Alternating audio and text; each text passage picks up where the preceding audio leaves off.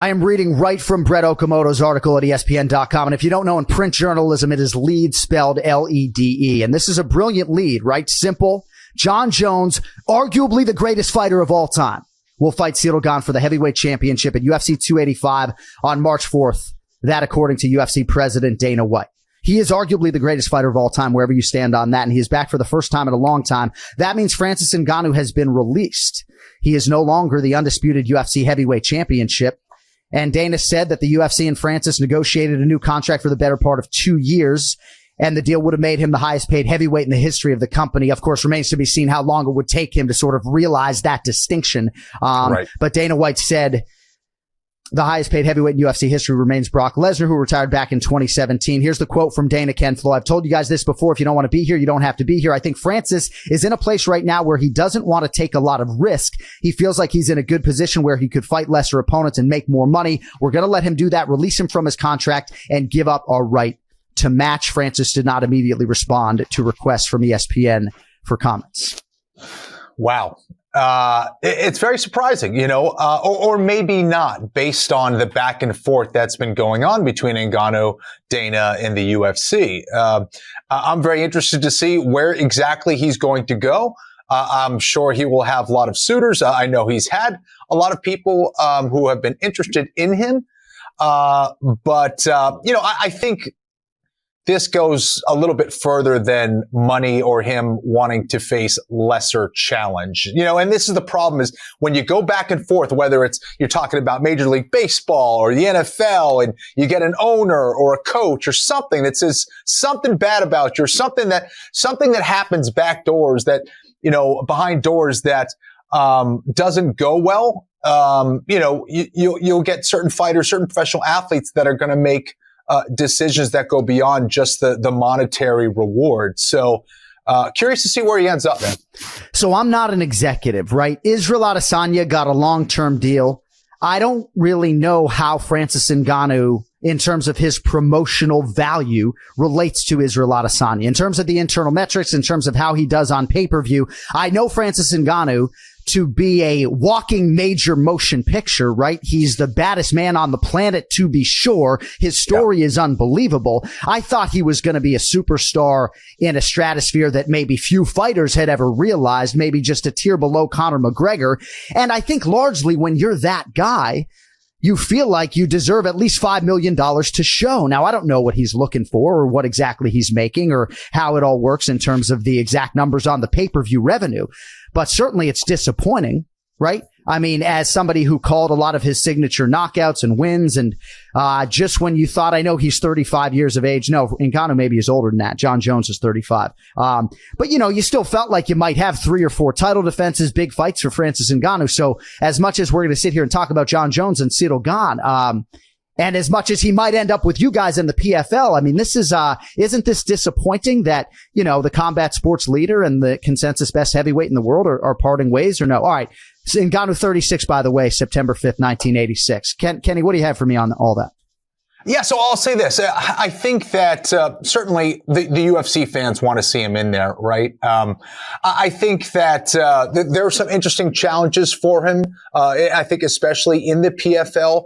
But yeah, I think a lot of people, when you get a champion in the UFC, it's rare that we ever see a champion just kind of give up the belt and go somewhere else. This is not a common thing. And I think the fact that he, how accurate it is and whether this was actually going to happen, I don't know. But I think the boxing fight that was proposed between him and Tyson Fury is playing a part as well, because it could seemingly give him the opportunity to both do boxing and do mixed martial arts. And the UFC just isn't about that. They're not going to promote or co-promote with many people. Conor McGregor was the exception, and I know they had to jump through hoops and a bunch of stuff to get that fight with Floyd Mayweather going. So, yeah.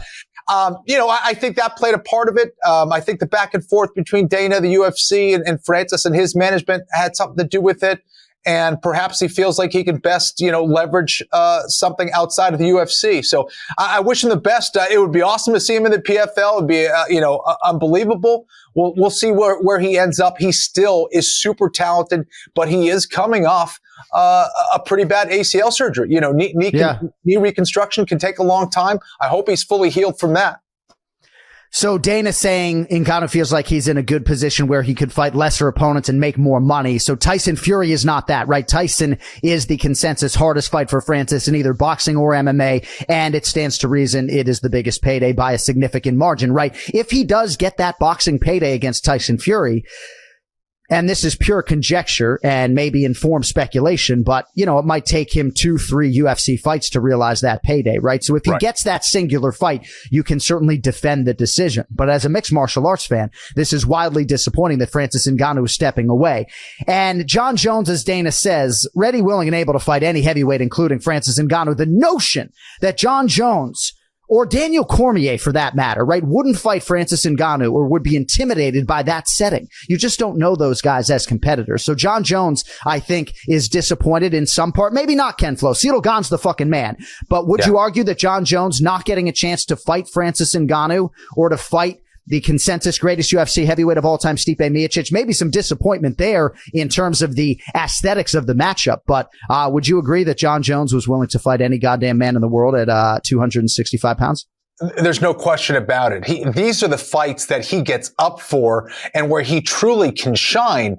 What was particularly interesting about the fight against Francis Ngannou is you have this guy who is an absolute monster who is 100% capable of knocking out Jon Jones, and has the athleticism to match someone like Jon Jones. Ciryl Gane, absolutely phenomenal fighter, highly technical, has been active, has shown his toughness and his technique. I love that fight, but to me, he's very similar to Jon Jones and how they move and the different weapons that they have and the varied weapons and footwork that they have. So to me, I think that's an easier fight, not an easy fight, but a far easier fight stylistically for him than a Francis Ngannou.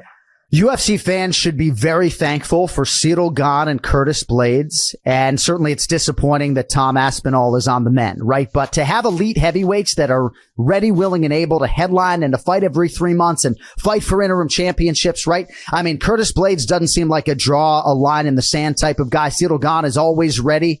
I mean, these guys, right, this seemingly just got finalized. All indications are, if you've been on social media, that Ciryl Gane and Jon Jones have been training for this date. But, it really is nice if you're a promotion to have guys like Ciryl Gane. As far as the betting line is concerned, Ken Flo, perhaps Cody can chase these results on social media. We did throw a poll out there. Sort of a soft poll. I just threw the betting line out there. I didn't encourage people to vote. But did you see that, Kenny? Do you know what the betting line is on DraftKings Sportsbook right now?